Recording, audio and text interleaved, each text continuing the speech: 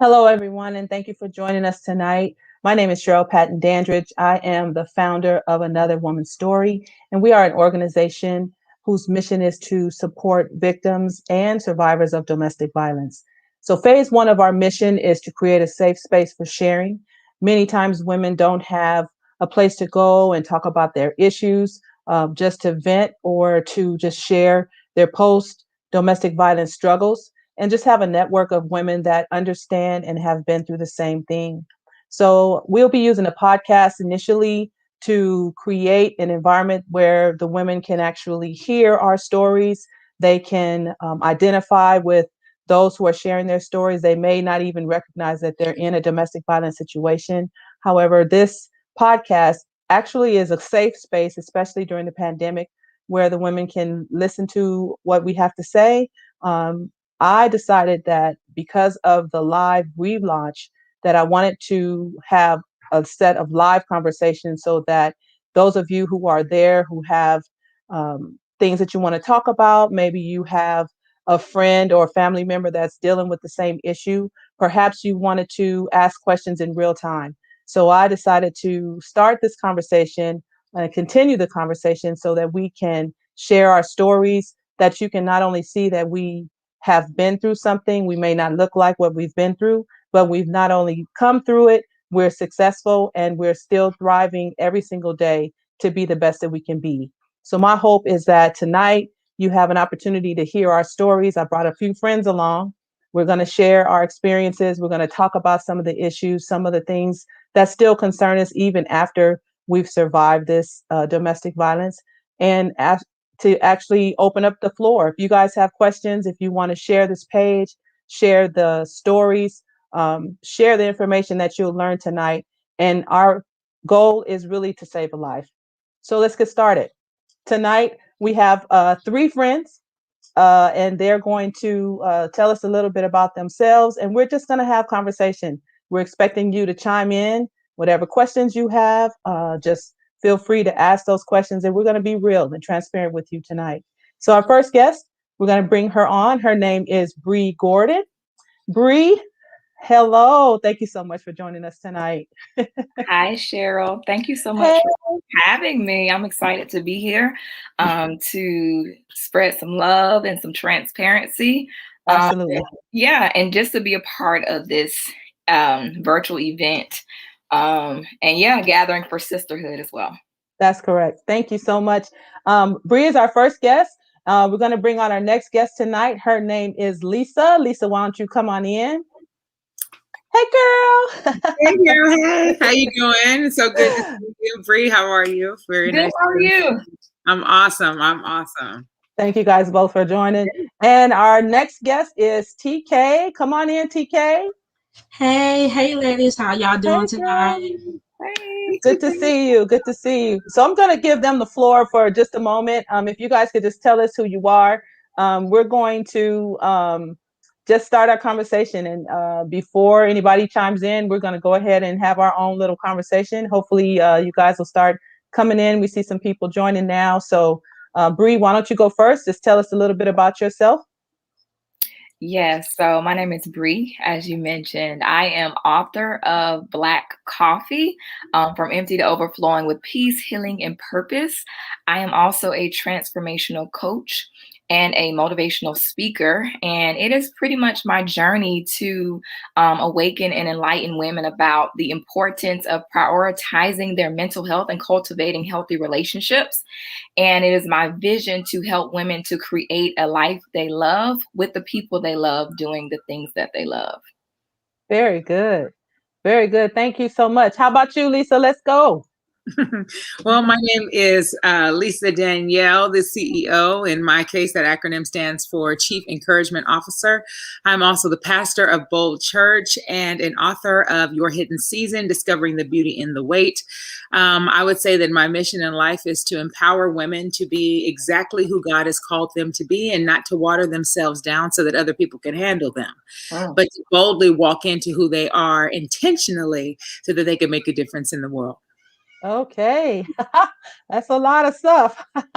Thank you so much. Okay, TK, your turn. Go ahead. Yes, my name is TK. I'm a startup Foundation for Grace Life and Black and White podcast. We can be found on YouTube and Anchor. And I'm launching a life coach and motivating speaker to help others live the best productive life coming out of toxic and unhealthy relationship. Awesome. Very good. All of you guys are so powerful. I'm so thankful to have you in this conversation tonight. So we're going to just talk about whatever we want to talk about. It doesn't matter who goes first. We're going to see some questions in just a moment here, but let's start off by let's just talk about how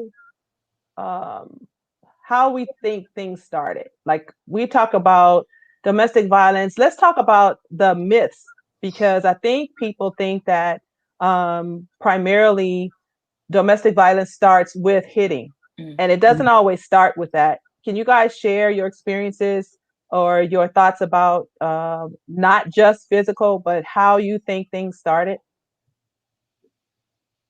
I will yield to you, Bree. Go ahead. Okay. So, okay. So for me, I will say that I experienced emotional and verbal abuse, right? So there wasn't physical abuse, and it wasn't until I found myself in a back and forth relationship of 10 years that I realized that I was actually in a dysfunctional an emotionally abusive relationship. Oftentimes, we're told to stick it out, stay for the family, be the ride or die, do this, do that, kill yourself, basically. Right. To stay in a relationship that is unhealthy, that is one-sided, and that is abusive. So, like I said, I spent 10 years going back and forth of this cycle of makeup to breakup to honeymoon phase to being on eggshells. And it wasn't until I found myself with my 4-year-old daughter and my 8-week-old baby boy on the verge of a mental breakdown in my first therapy session by myself, smelling like breast milk and desperation, that I had come to the conclusion, with the help of a therapist, that I was in fact in a abusive relationship. Wow. Lisa. Wow. I will say exactly the same thing. I think I succumbed to that stereotype that we all saw growing up, that movie, The Burning Bed, where he just comes home and he smacks her every day. And I didn't realize that things like intimidation, breaking things around you, punching walls right next to your face, things that, were not actual hitting for me. I was like, oh, that must not really be abuse. Right. And it starts with, in my case, it started with first isolation, like getting away from people so that he could have more control and be more abusive. So it was like slowly, convincing me that I didn't need certain people in my life anymore. And then it was, you don't have anybody but me. And then it was, you're not worthy of anybody but me. And then the hitting came much later. But had I, been educated to understand what that looked like on the onset and not been so fixated on what the world considered abuse, I think I would have been able to get out of it a little quicker. Wow. How about you, TK? Well, I started off young in my relationship, wound up finding myself pregnant, and mine actually started off with abuse and worked their way back to verbal, emotional, and spiritual. I think what kept me for so long, I felt that I was the only one, like family, relative could not identify with me. And I felt if I left, that I'll be, stereotyped, stigmatized, not only by him, but by society and the church. So I felt that, what would I do if God would accept me being a single mother on my own and basically taking the blame for breaking up the family if I left. Yeah, absolutely. That is so crazy. Wow. And what I think about is so crazy is that, so domestic violence, you've heard it before, you know what it is. Yep. Somehow you still feel like it's just you. Somehow you still feel like nobody dealt with this or is dealing with this but you. That is the craziest thing. Like, I don't get how that came to be. I think for me, it was embarrassment. And because no one's talking about it, I didn't know that people did experience it. It wasn't until, it's not for me. I feel like it's not until you tell the story that people say, okay, that's me. And Cheryl, can I say something? Like Sure. Pastor Lisa said, I think it has a lot to do with that isolation piece of it, right? Right. When you are isolated and, you know, away from your family, friends, strong support system, you can't rely on, you know, their feedback, their support, their love, their care, and all of that. So you're in this place to where you feel alone. So it's hard for you to even reach out, because sometimes you feel so far fetched from everybody that it's like, man, you know, are they really going to accept me if I come back? Right. That's so It's crazy. the shame part. Mhm. I Yeah. think a lot of it is I am a strong woman, right? People see me, they see strength, right? They see you, they see strength. So how dare you be allowing yourself to be in a situation like that? Right. Everyone has always seen me strong. I can't say that I'm dealing with this. So it's Right. like it keeps you there longer than you need to be, because you're trying to figure out how you got there. Some of us just didn't even know how we got there. Right. And I Right. think if he is likable, that made it even worse. Hard, In right. my case, They in my usually case, he are. was likable. So now I've got to dispel this myth of this likable person. Absolutely. Absolutely. Crazy. That was crazy.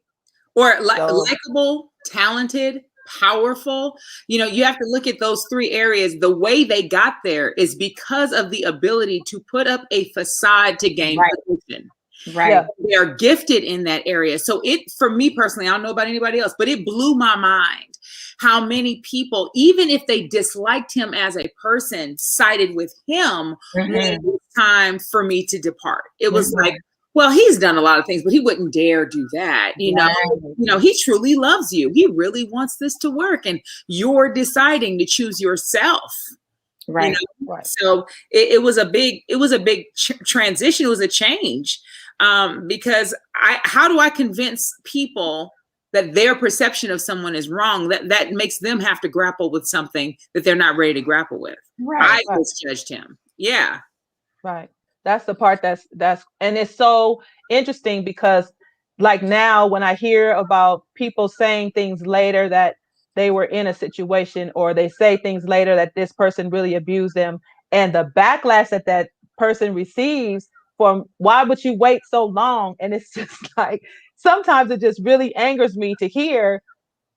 It's almost like they made up a fake story. And part of the reason why people don't tell is because of that exact comment that why didn't you say something before? And the courage that it takes to finally speak up is they have no idea. They have no idea. Yeah. Yeah, there are not enough support groups out there for people to come and share their commonality in it.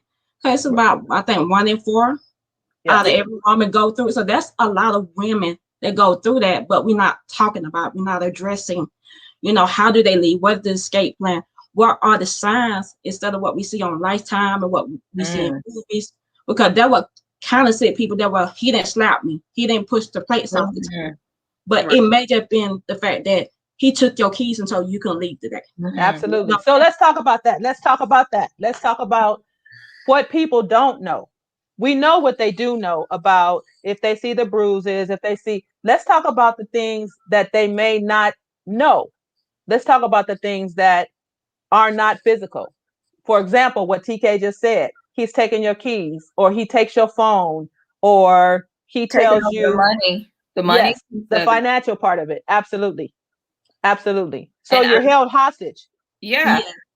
And I'm willing to bet that the statistics are higher than 1 in 4. Yeah, absolutely. I'm willing to bet that it's half. It's probably half. So here's what I read today. Because I looked over some statistics. I wanted to get real time information with regard to domestic violence. So in China, that rate has tripled. Okay. Absolutely. In Spain and in other places outside of the US, those rates have tripled. Yep. In the US, according to this report, the rates have not tripled, but they believe that it's because of the pandemic. So we're talking about the pandemic season, right? Right now in the midst of the pandemic, because people are sequestered, if you will, in their own homes. Yep. The numbers have increased in countries outside of the US, but within the US, what I read was that the numbers have not shown increase. but they believe that the numbers have not shown increase because Suicide. the violent partner has convinced the survivor or the victim that because of the pandemic, it's not safe for them to go anywhere. So they stay in the home and self-medicate or they self-treat. Well, and How crazy is that?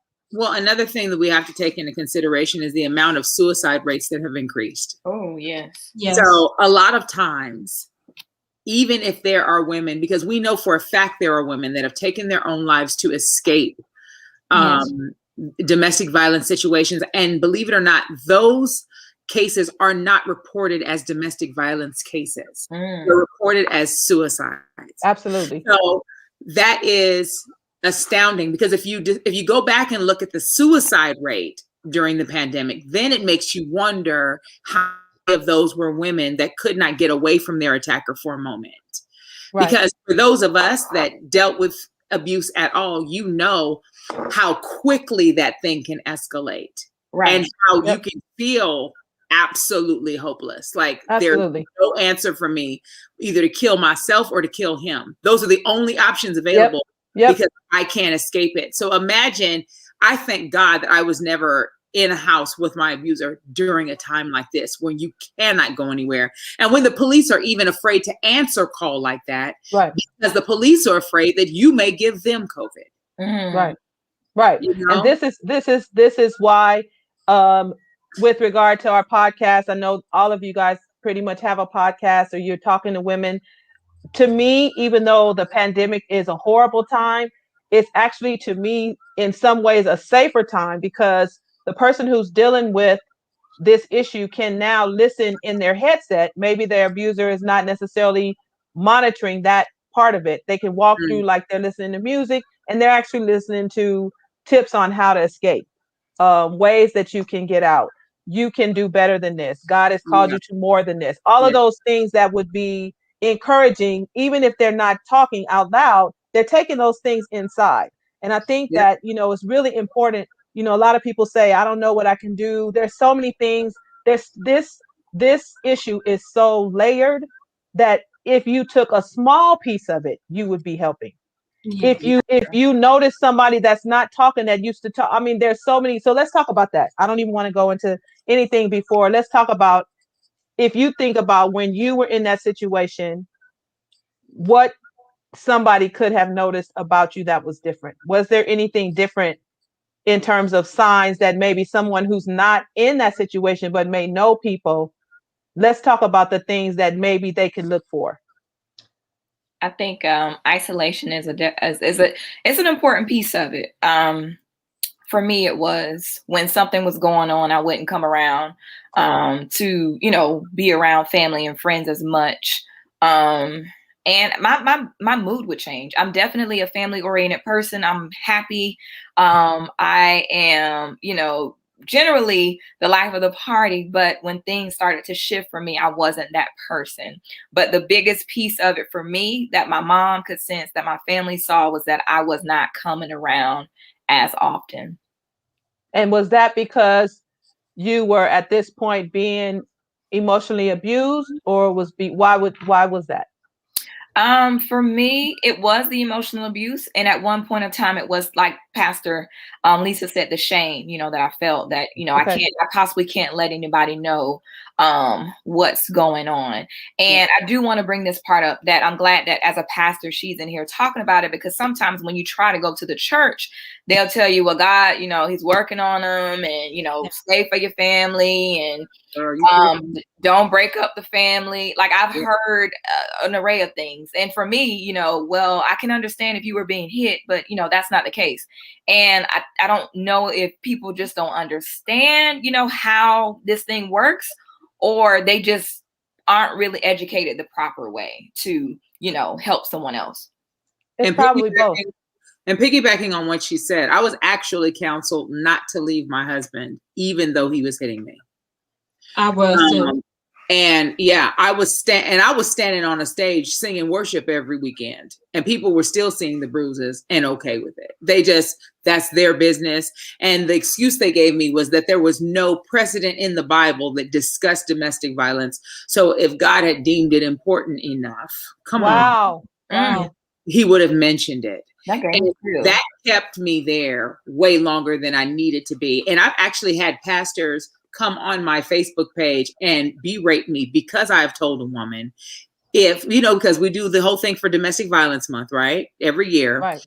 And it's, hey, if you're not safe, God wants you to be safe. Yeah. God brought you here for a reason. And I don't care what a man who has said he is called to do anything has said to you. If you're in a situation where your life is in danger, Right. one person, it has the power to take your life.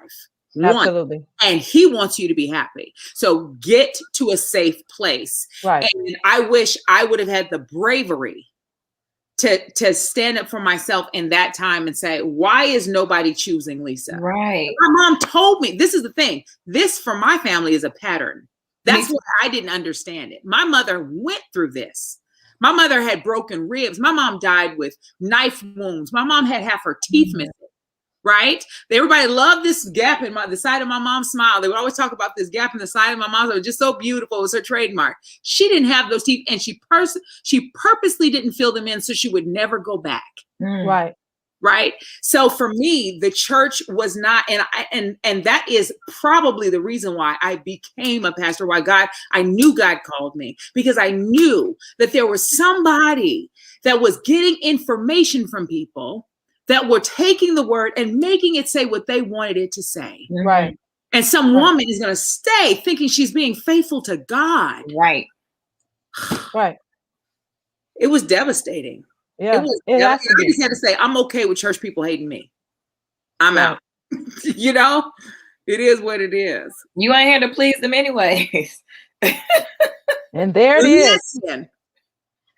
And like Lisa, I was told, you know, you do not leave because God hates divorce. Mm-hmm. If you didn't commit adultery, you don't have grounds to stand on. Not knowing that, you know, in Jeremiah 29:11, that he reminded that, you know, he came to give us life not to harm us and not to put in danger, but of prosperity. Yeah. But brother gave me, he hate divorce, and to rather see me and my kids say, stay and endure it longer. Right. But one of the things that people can pick up for is a major change in character and they normal activity. For me, when I got with my husband at the time, I used to be a, you know, just vibrant person, love to tell jokes, you know, to be around my family. When he started, you know, putting me in isolation and calling me all the time, I would, you know, limit my time with my family. They noticed that he would call me all the time, but they didn't say nothing. They noticed that I would be silent because I didn't want to bring attention to myself. I didn't want to say something to make, you know, for him, he'll be jealous if a man look at me, even though we may be related. So I want to talk because I didn't want all eyes on me. And that's not a normal relationship. That's not healthy. But that's what he projected on me. So I would lessen my character to keep peace in my home. Because when I went back home, I knew I was going to get talked to. I didn't know what to expect after. I didn't know if he was going to say something hateful or do something hateful. Yep. So I walk on what they call eggshells. Yep. Eggshells is key. Eggshells is what we all did. Yeah. Yes. I'm looking at this comment here. Misha said, I believe that for a long time, God was not going to forgive me if I left him. Yep.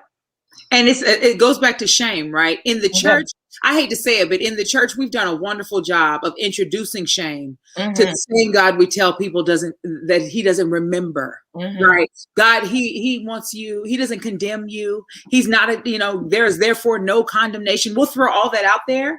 But baby, we do full on texts on shame. And so the first thing is like, you've allowed your marriage to go here. You've given the enemy, you've allowed the enemy to come into your marriage. You broke up the family. Right. You broke up the family. Or, the Bible says that the wife will sanctify the husband. So even if you made a bad decision of who to marry, you got to stay there and you got to work it out. They make us become God in that situation when it's like, I can't fix this. And I know I can't fix it. And he's got to want to fix it. Right. He doesn't, because he doesn't think anything is wrong. Absolutely. And statistics show that the man has to be, and we're talking about women and men, ladies, tonight. I'm not dealing with anything outside of that. a marriage, or I mean, I'm talking specifically about the women being the survivors and the men being the perpetrators. Sorry for all of the rest of you. There's so many other places that you can go for information. But I will say that in terms of the counseling that we receive, I can remember going to a counselor, and I remember telling this counselor that my ex-husband called me out of my name. And I said, I never have been called that before. And he said, well, he probably was just saying that he missed you. I said, oh, really? Wow. So what does he say when he misses me? Wow. If this is, and I said to myself, this is the only counselor that we will go to, because what I wanted to do was go to counseling at my own church, but I was, we had an argument about that because they liked me more. We had that whole thing going. Right. So I said, well, you know what? A rock can cry out about this. This situation is so crazy. Who wouldn't be able to see this is clearly a situation that's abusive? Yeah. So we go to this guy and he says, so he calls you that because he misses you. Wow. Who does that? Yeah. I said, well, I would hate for him to miss me. Okay. This conversation is over. Right. Like, why? Right. I mean, but just to think about how something that's that obvious is turned around from a biblical standpoint, or from a perspective of a person in authority that's trying to say that this is okay.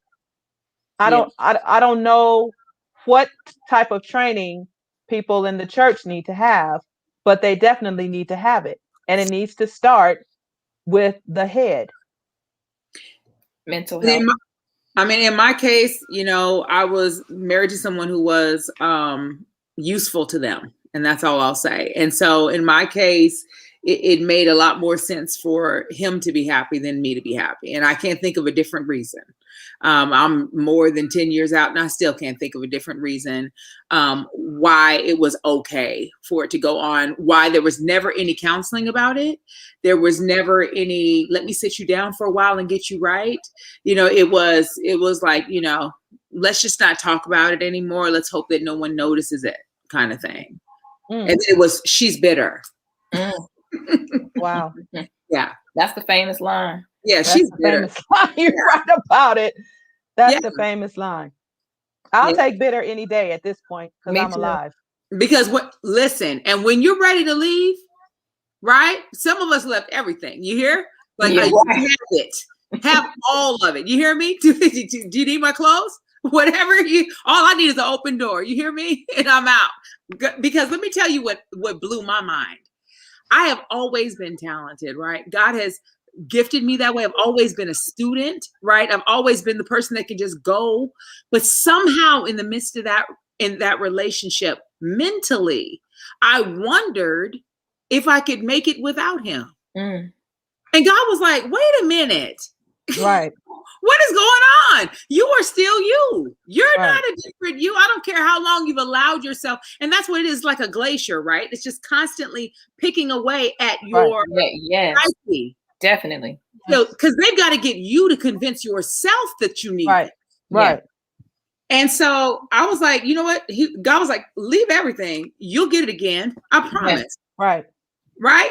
I remember telling my pastor when I called him, because we had a very close relationship. And actually in conversation that we're talking about right now, I don't think anybody knew that I was in that situation, because I didn't change. So mine was different. I still did everything. I still was my person. And actually, because music was my escape and that's what I did, it was really easy for me to be myself, because that's what I did. But I can remember when I finally left and I called my pastor and I told him, I'm leaving. I said, you guys can walk around my house 7 times, but I will not be there. All the praying and chanting. And he finally said, baby, you are free. And I was already free, but it added added so much to that for him to tell me I was free. But he didn't really know what was going on. Yeah. But I was, when that day came, I just told him, I'm not going back. And he said, you've done everything that you could do. And I thank God for that blessing. But I hate that I don't know what would have happened if I actually had told people what was going on, because I did not say a word. And I really think a lot of people did not know anything. They did not know. Mm-hmm. So we've got to figure out how to deal with the people who aren't saying, and their behavior has changed. But there's also, we've got to look at, I think really, if we just ask the question privately to a young lady, are you okay? Yeah. I really think if we ask somebody, I really think that I can remember somebody coming up to me at church one Sunday and they said, are you okay? I said, I'm good. You know, that was real easy. When people say, how you doing? Girl, I'm fine. And you walk away. Right. If you turn them back around and you call them back to you and you say, hey, Cheryl, are you really okay? I guarantee you'll get the truth, because nobody asked twice. You ask somebody how you doing, especially at the church, I'm blessed and highly favored, all the stuff we be saying, which is retarded. But when you ask them again, you pull them to the side though. Don't ask them in front of everybody. Just say, look, come here for a second. Are you really okay? I guarantee you, even if they don't say, you'll know, because that whole thing will shift with a private conversation. And I think go ahead. No, I'm sorry. I was just going to say, and also during, a time like this where we cannot necessarily be gathered, I think it's important that we have discussions like this, conversations like this. And for me, I know on my social media, I'm super transparent about my journey, about, how I discovered what love and dysfunction look like.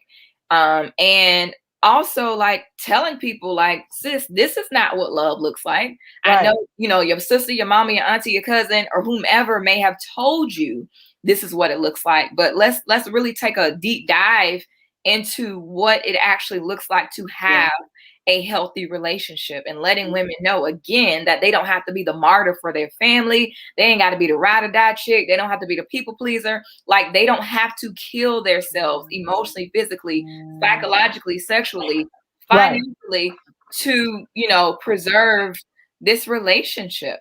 Right. That's really key, Bree. And just knowing that we don't have to do it all. For whatever reason, we have picked up that mantle.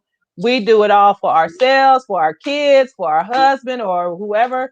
And now we the baby making machine. We the love making machine. We got to work 3 jobs. We got to clean up the house. I mean, really, ladies, we have to shut some of that down. If I do all of that and come home and you try to put your hands on me, right. The world just put their hands on me already. Yeah. Right. I can't have that up in here.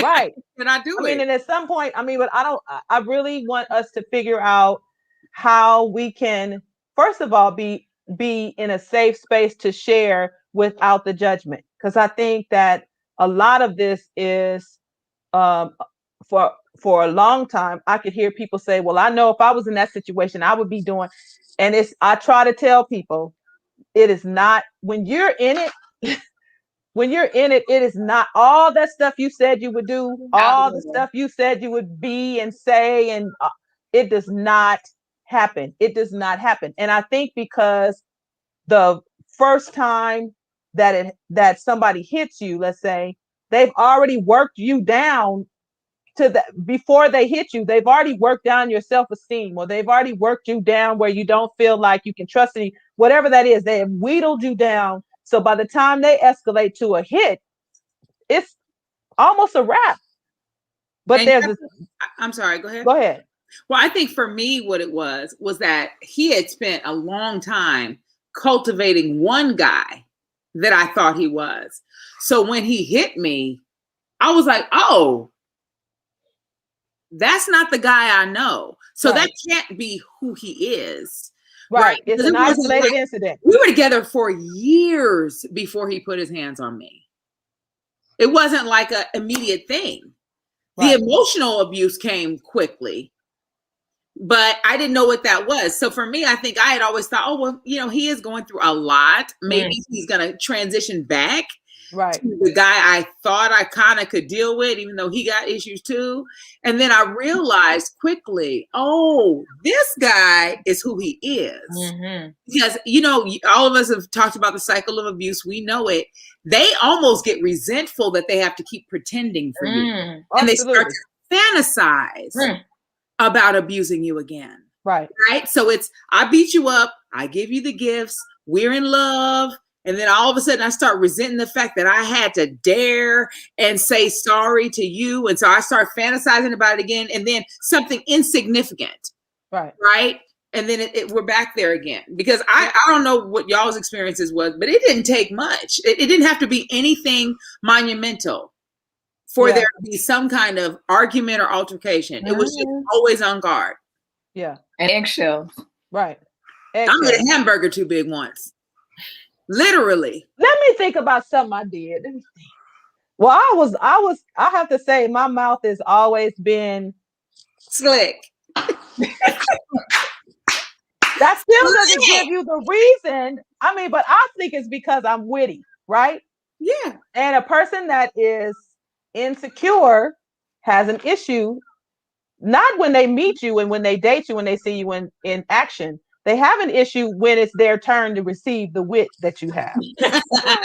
Right. So I'm really good at that.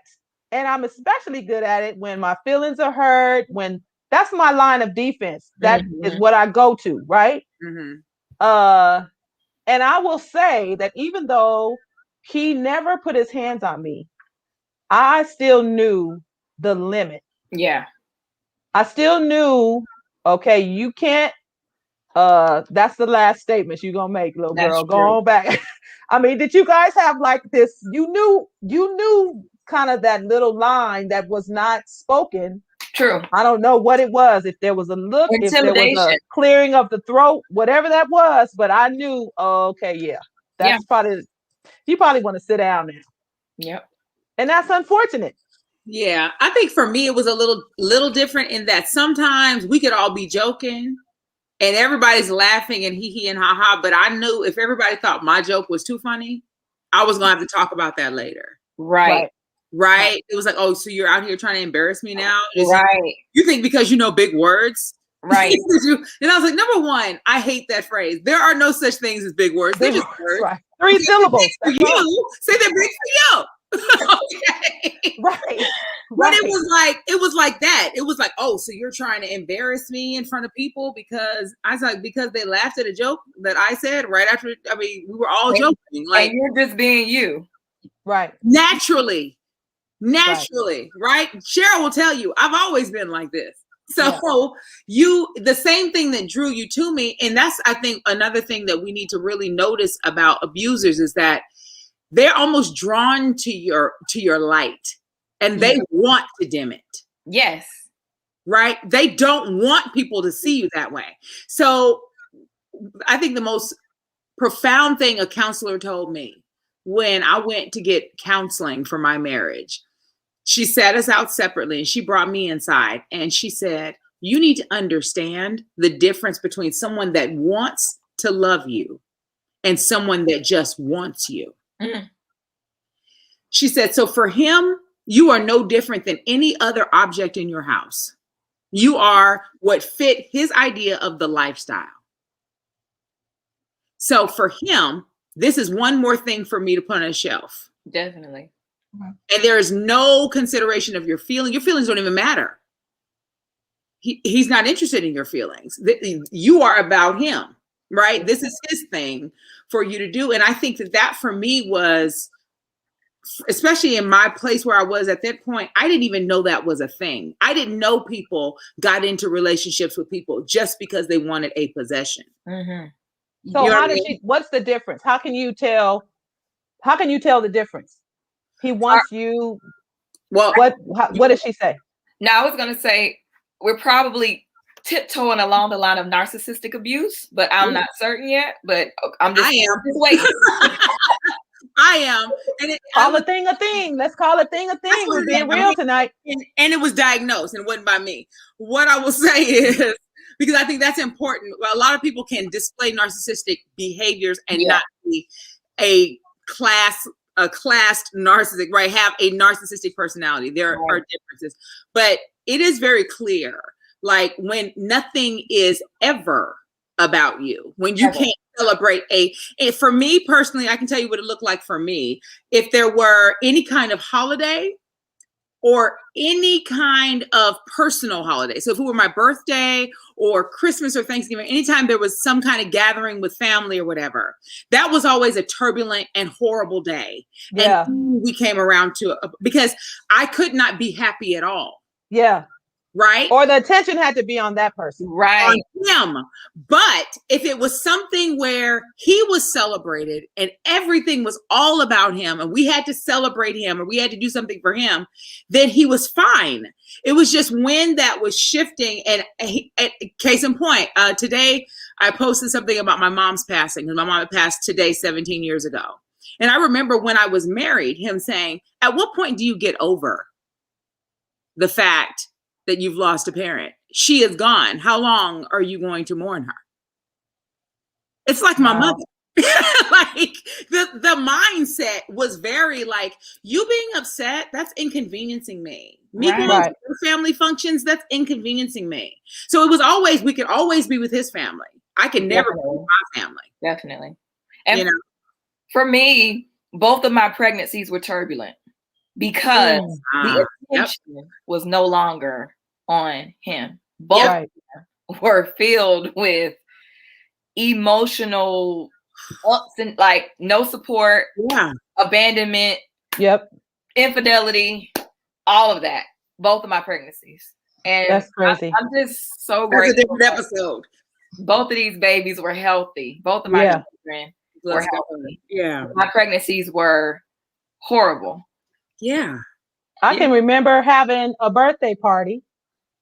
The birthday party was at my house and we had a DJ, everything. I'm talking about the place was rocking, right? In the middle of the birthday party, he decides we're going to open the gifts. Okay, why? Like everybody's dancing, we're in the heat of the crux of the party. He wants to stop. So the DJ stops. Everybody's trying to figure out what's going on. We all go, I want her to open her gifts. I want her to open it.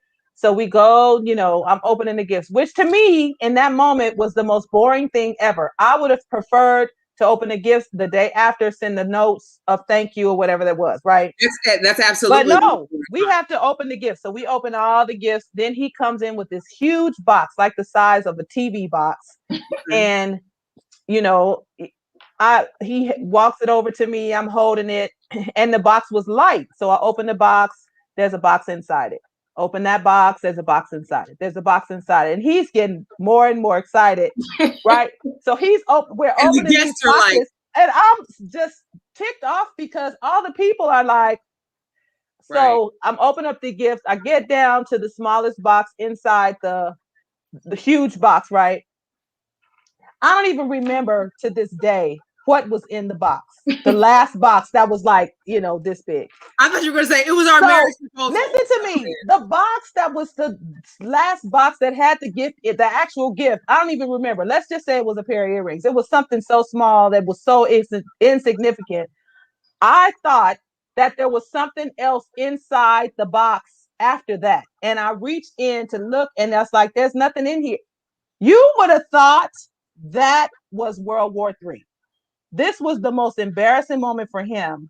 But I literally thought maybe there's something else like all of this for that, whatever it was that was in my hand that, but the whole night it was horrible after that. It was just horrible because it wasn't about him. I didn't jump up and say all this, hallelujahs and all this stuff because of the little box. Yeah. And I felt like it disrupted the party. So not only was he ticked off, everybody could tell that he was mad. Yep. The whole mood changed because the DJ had already stopped, right? He stopped. And if I was there, I'm in my car. The whole mood was shifted. And now the DJs worked back up, but it was really, the whole thing was just ruined.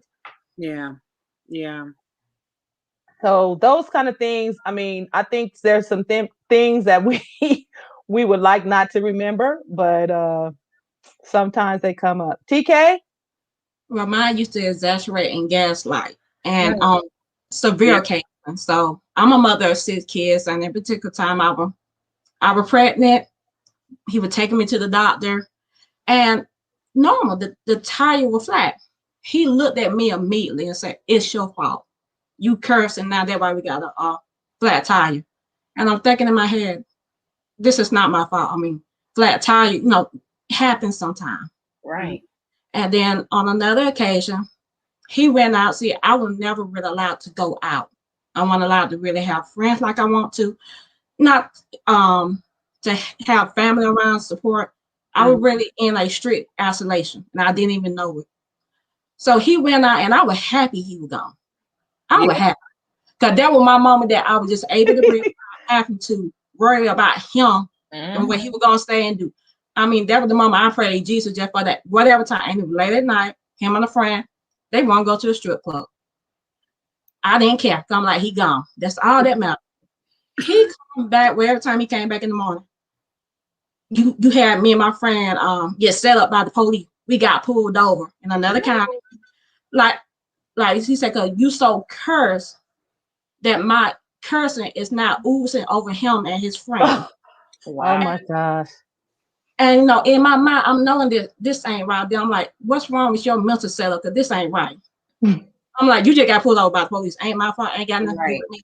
I wish they have taken y'all to jail, but that was severe gaslighting. Yeah. Gaslighting is a part of it. Gaslighting is a part of it. And that will, it will mentally tear me down. Because I'm like, how do I fight back to this? I didn't have no one to really speak life into me. All I was his words, and I was so low. I was trying just to maintain living every day. And so for me, that was probably like one of the most dramatic and the oppressed thing. I wasn't even depressed. I was just oppressed. Right. Because he would just pound on me with, stuff telling me that God is gonna curse you. If you leave me, I'm gonna go straight to hell. You can't make it as a single parent. And when I look back on it, it didn't matter if I walked out the door at that time. I would have been more happy and in peace if I walked out the door sooner. And that's the key. Find your peace. You have to find your peace. You have to find your peace.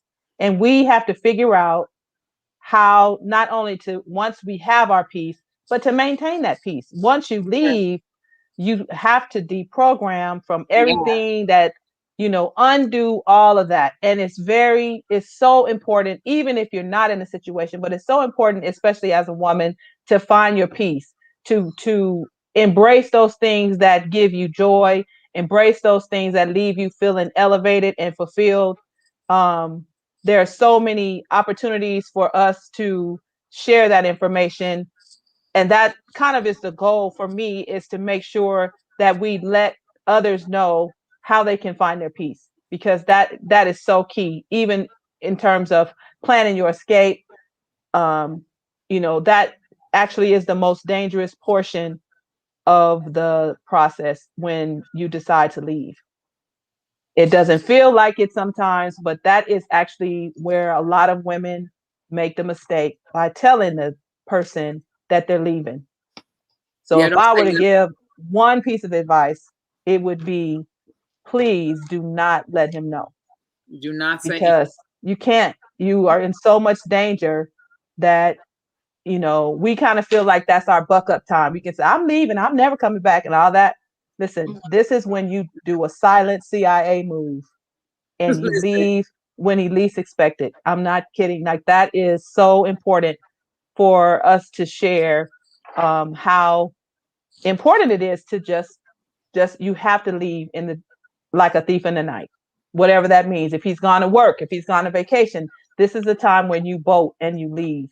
And there really is no looking back, unfortunately. What do you guys think about that?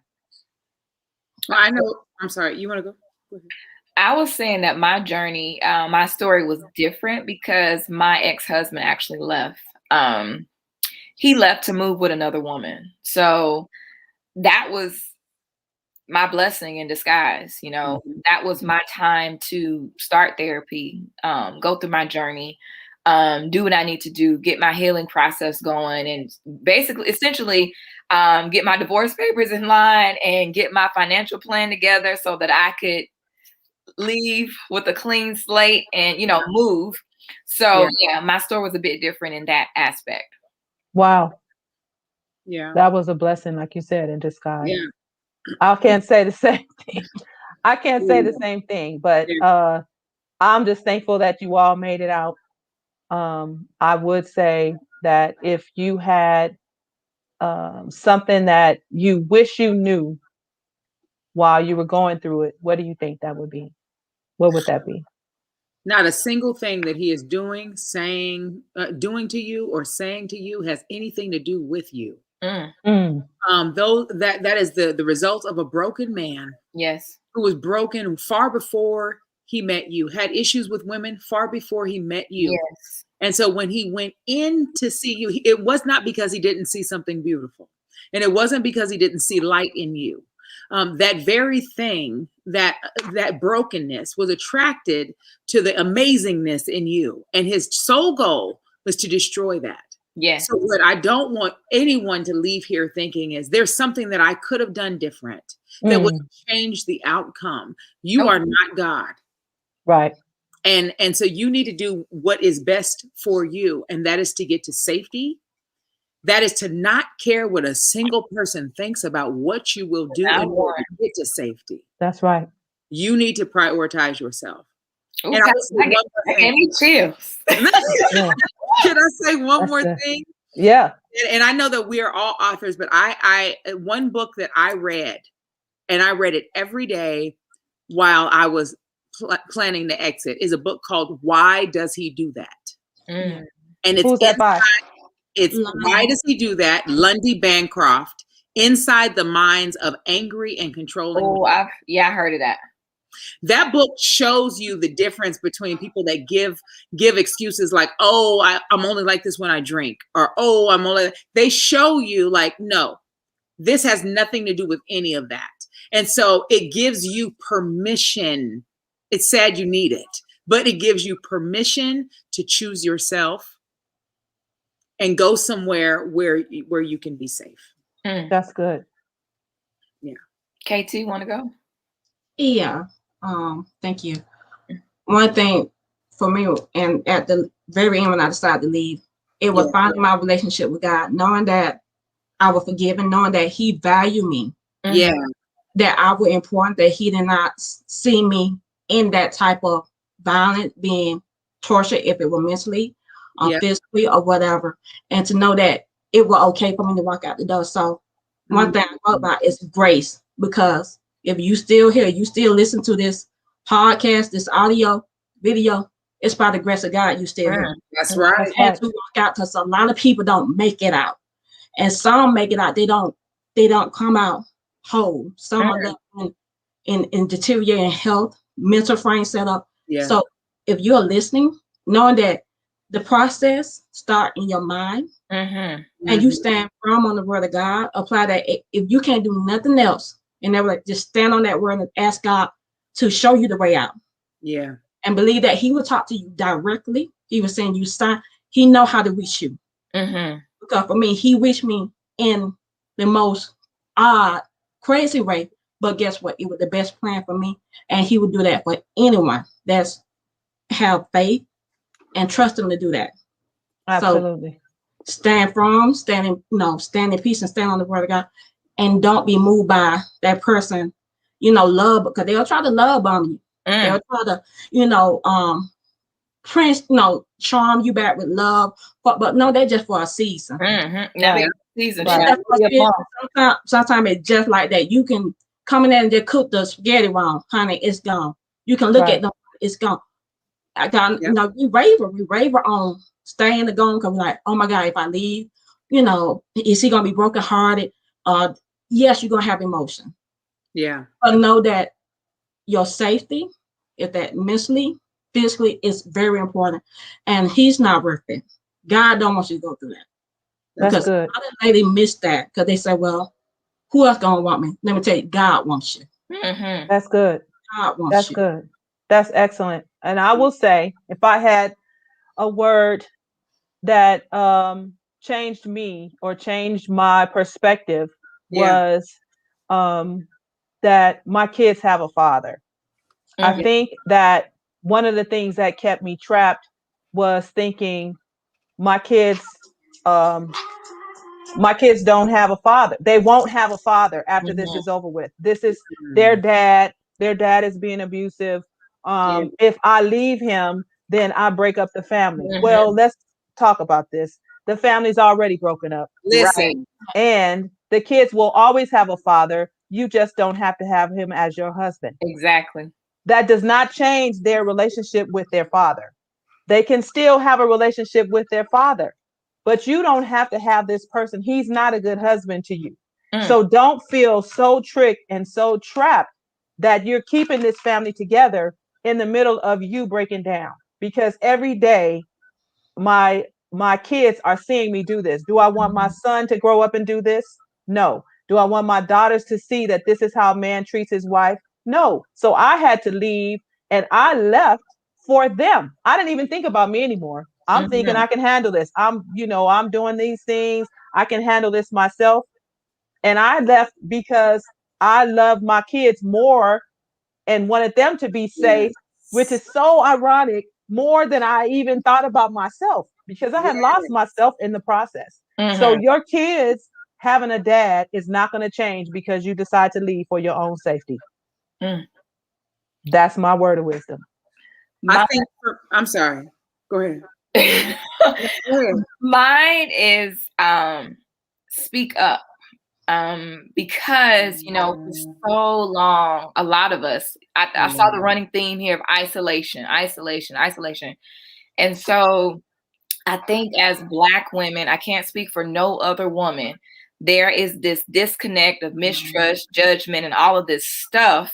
So we feel like we can't talk to somebody. Get you somebody, one Right. person. If it's one person, get you one person that you can share your truth with, that you can have the hard conversation with. They might not be able to, hold all of the weight, but they might can point you in the right direction. So Right. that's my thing. Speak up about it, because speaking up about it will change your life. Sharing your truth will change your life. And then the second thing that I wanted to say was change your mind about receiving help. A lot of us are, I could do this by myself. I used to be this. I'm not going to ask nobody to help me with these groceries. Y'all, I'll put them in my teeth, my arms, my legs before I ask somebody else. Right. Yes. She-Ras, a bunch of She-Ras running Right. around. Yes. But we have to change our mindset about getting help. It is okay to ask for help. It is okay to admit that you don't know the next step, to say, I don't even know what to do. Yeah. Just be okay with asking for help. Yeah. Okay, and how about this? For everybody who is listening that has not experienced domestic violence, we need you to be compassionate, and we need you to listen without judgment when someone shares what they're going through. Trust me when I say that the courage that it takes to share what you're going through, especially when you're in it, is so hard. Yeah. Yeah. And when you tell one person and they turn their back, or they ridicule, or they judge, or they mistreat, or they share that information with the perpetrator, it is so, so difficult for you to come back around and trust somebody else with that little moment that you have of courage to share. So for you, if you've never been in it, you don't know what it's like. You don't understand why we go back. You don't understand why we went back, listen, don't worry about any of that. Listen with a heart of compassion, and you will understand that it took so much courage to share that with you. If you don't know anything to do with the information, just sit with it for a second. God will show you exactly what you need to do, but do not ridicule the person who's going through. It is so difficult for them to share. It is so difficult, and they don't necessarily want this person to be, unfortunately, arrested. They don't, they just want to have peace. Yeah. They're just searching for their peace. Yeah, definitely. And that is so important. If you are listening, it is so important that it's so easy to make a judgment call when you've never been in it. But if you look around, I guarantee you there's if it's one of 4 women that are abused every moment, and 5 women, somebody, come on. Yeah. So you have to have your ears open right now, especially during the pandemic. People aren't really talking that much, and you kind of use that pandemic as the excuse. you really have to listen to the people that are within your sphere of influence. I guarantee you there's somebody going through something. And if you listen, if you just listen, if you ask them how they're doing twice, when you get them to a moment by themselves, I guarantee you somebody's going through that. You have to be able to listen. I just want to put up the number really quick. The 1-800 number, Daryl, if you could put that up. It's 1-800-799-SAFE. Anybody who's listening right now, you need help right away. You need to talk to someone. That number is available 24/7. Anytime you need to make a call, certainly do that. And someone will be able to tell you if there's shelters in your area, assistance in your area. There are advocates on the line. They're ready to help you. If you need legal advice, there are advocates available for meetings, for gatherings, and even if they're virtual because of the pandemic right now. But certainly, if you need to reach out for help, please do that.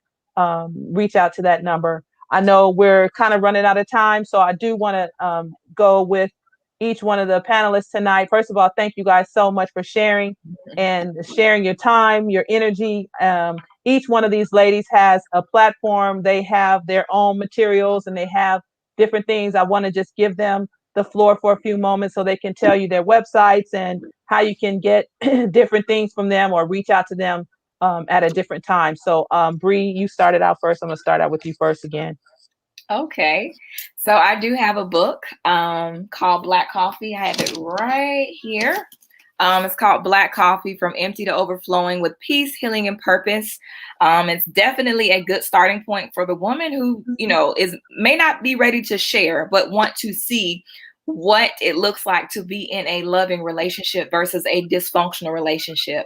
I talk about 3 different women at 3 different times in their lives: a middle-aged divorced lady, a college student, and a newly married lady, to give you a vantage point of what it could look like at different ages and stages of being in unhealthy relationships. And of course, you can contact me at BreeJGordon.com or on Instagram at BreeGordon_. Thank you so much. I do want to point out, Aaliyah, we see your message. Thank you so much. Please get in touch with any one of us, or me especially, to reach out and let's do some collabs. I know you're in Southern California, but so is Lisa. She's actually in Southern California. So just let's connect and please reach out to us. Lisa, I'm going to let you go next since you are up. And just tell us a little bit about yourself and where we can find, if you have products or just how to get in touch with you. All right. My name is Lisa Danielle. I am the author of Your Hidden Season, Discovering the Beauty in the Wait. My book is geared towards single women, and it is not a how to get a man book, but rather how to maximize the time while God has you to himself. Come on now. Yes. So I am really, really proud of it. You can follow me on Instagram at Lisa Danielle with 2 N's, or you can go to my website, www.lisadanielle.com. Very good. Thank you so much. And TK, you're up next. Okay. You can find me on Facebook at Catherine Keisha Turner. Also, I have another Facebook page for my podcast, which is Black and White and Gray Matter. Also, that is also on YouTube as well as Black and White Podcast.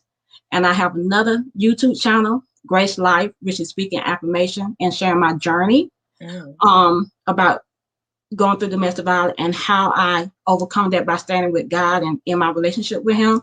And also I'm on Instagram at TK Grace Life, well, TK_Grace Life, and I will have a book coming out later this year. All right, TK. Wonderful, TK. Yes. Thank you. And so for those of you who want to reach out to me, the name of our organization is called Another Woman's Story. We have a Facebook page, which is Another Woman's Story. We also have Instagram at Another Woman's Story. And also our website is anotherwomanstory.com. Our email is anotherwomanstory@gmail.com. So certainly any of those locations or any of those destinations, you can certainly reach me. Certainly feel free to purchase any of we have t-shirts on our website. We have a tote bag, and those proceeds will be used to help continue this podcast, to continue the journey that we have to eradicate I want to eradicate the issue of domestic violence. I want us to keep the conversation going. Please let us know. Reach out to us if you think the podcast is beneficial. If you want us to speak at your organizations, we're available. And certainly, if we have no other questions, does anyone else have anything they want to share before we end the call tonight? I do, just in case if I know you have put up the hotline number. Also, with that same hotline, they can also chat with them. In case you can't make a phone call, you can chat with them online. Very good. No, everyone don't feel comfortable making the phone call, but they do have chat option if you go to their website. Okay. Thank you so much. There's also a Partnership Against Domestic Violence, which is listed at padv.com. So certainly if you would like to, again, go online. For those of you who want to help volunteer for different organizations, you can reach out to PADV and other domestic violence centers in your area to help this situation, guys. We really need everyone to share. If you've been involved in a domestic violence situation and you want to be a part of the podcast, please reach out to me. You're already on our Facebook page or our YouTube live, but certainly reach out to me or any of the panelists tonight. Let's get involved and let's get this issue resolved. Okay. Absolutely. Thank you all for coming tonight. You're welcome. Have a wonderful evening, everybody. Thank you so much. Thank you, Daryl. Take care, everybody. Take care.